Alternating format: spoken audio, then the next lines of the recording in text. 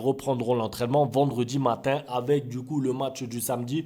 Moi, je pense que c'est pertinent parce que là, tu as fait quand même, je ne vais pas dire le plus dur, parce qu'il n'y a pas de le plus dur en Liga, parce que tu peux perdre des points ensuite contre Valladolid. Et on fera un avant-match justement pour ça. Mais tu viens de gagner à l'extérieur contre le Rayo, tu sors d'une pré-saison exigeante, tu as gagné contre Bilbao et Valence, tu as fait le plein 9 points sur 9. Donner un jour de repos à tes joueurs, ça va leur faire du bien aussi. Le travail, c'est important, le repos aussi. Une statistique sur Lamine Yamal, les 7 dribbles réussis de Lamine Yamal contre le Rayo Vallecano hier soir ont été les plus réussis par un joueur en un seul match dans les 5 meilleurs championnats européens jusqu'à présent cette saison. Alors jusqu'à présent, ça veut dire que ça fait pas longtemps, ça fait quoi, 3 semaines, 2-3 semaines que les championnats ont commencé, mais c'est quand même une stat parlante parce que être capable de faire ça à 17 ans à l'extérieur au Rayo Vallecano, moi je trouve que ça montre encore une fois quel type de joueur est Lamine Yamal. Alors on va pas commencer les comparaisons et tout, mais un joueur qui dribble autant, qui prend en plus du plaisir en dribblant, c'est super rare et c'est bénéfique pour le Barça. Ça va être un joueur vraiment incroyable s'il continue sur sa lancée et qu'il continue de progresser. Évidemment, il a 2-3 petites choses à améliorer dans son jeu, mais je m'en fais pas en fait. Parce qu'à 17 ans, s'il est mature comme ça, s'il est capable d'éliminer en 1 contre 1, imaginez-vous ce que ça peut être dans 3-4 ans. Stéphane Bajcetic a été appelé par un haut dirigeant au Barça alors qu'il allait signer à Salzbourg. Alors, quel haut dirigeant ça peut être quand on sait que Deco est parti à Porto là-bas faire son anniversaire? Parce qu'en fait, c'est ça. Je fais une petite parenthèse. Deco, en plein mercato, la fin du mercato, il est parti faire son anniversaire là-bas au Portugal, au pays. Alors que quoi? Alors qu'il n'y a pas eu de mercato côté Barça, il n'a rien fait. Ça veut dire que j'ai l'impression vraiment que le travail de Deco pendant 2 mois a été nul, qu'il a servi à rien. Moi, je ne manque pas de respect parce que j'ai adoré le joueur qu'il a été.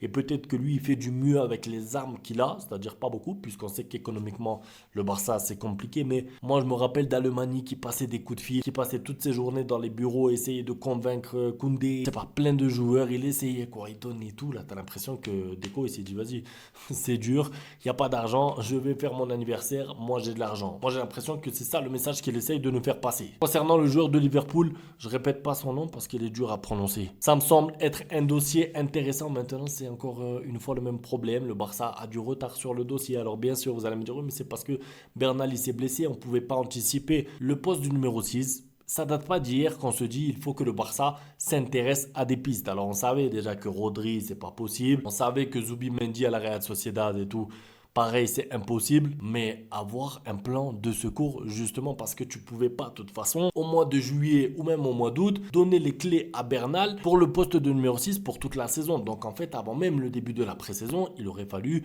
s'intéresser à un dossier, à un autre, essayer d'avancer dans les dossiers. Et si ensuite tu fais confiance à Bernal, tu abandonnes les dossiers. Et si ensuite Bernal se blesse, tu reprends les dossiers que tu avais entamés, mais là, en fait, comme d'habitude, tu as du retard sur tous les dossiers, donc c'est trop compliqué. Le Barça souhaite faire une offre pour Jonathan Tah, mais n'a pas encore trouvé la formule adéquate. Le club est en contact avec Leverkusen et l'entourage du joueur. L'Allemand est ouvert à un transfert au Barça, mais à ce jour, Leverkusen ne veut toujours pas le vendre. Alors, encore une fois, quand on lit ça, on a l'impression qu'on est je sais pas, le 25 juillet. Ça, c'est le genre d'actu que tu lis il y a un mois, parce que là, le mercato qui ferme dans 40 heures, comment tu vas faire pour trouver la formule adéquate? Alors, c'est compliqué.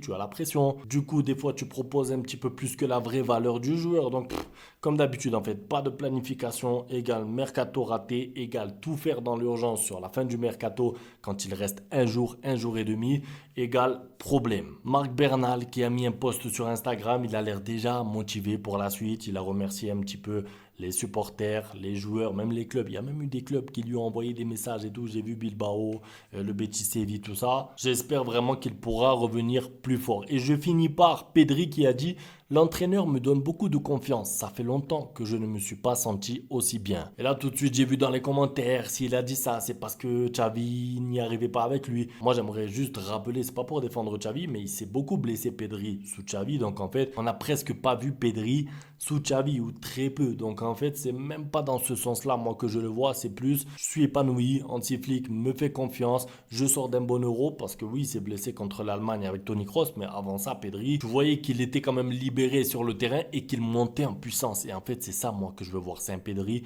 qui monte en puissance, qui commence à acquérir de plus en plus d'expérience et qui puisse être de plus en plus performant et surtout régulier. Parce qu'en fait, sur une action, Pedri, moi, j'ai pas de doute. Ça peut être un magicien. Il peut vous faire un geste incroyable qui change le cours d'un match. Mais ce que je demande à Pedri, moi, c'est de la régularité, être bon toute la saison et aider le Barça tout au long de la saison dans plein de matchs. Championnat, Ligue des Champions, coupe, etc. C'est tout pour la vidéo en tout cas, c'était pour revenir sur tout ça. N'hésitez pas dans les commentaires quelle est l'équipe que vous craignez pour la Ligue des Champions. Je vais lire vos commentaires et un petit peu plus tard, vidéo sur le tirage justement.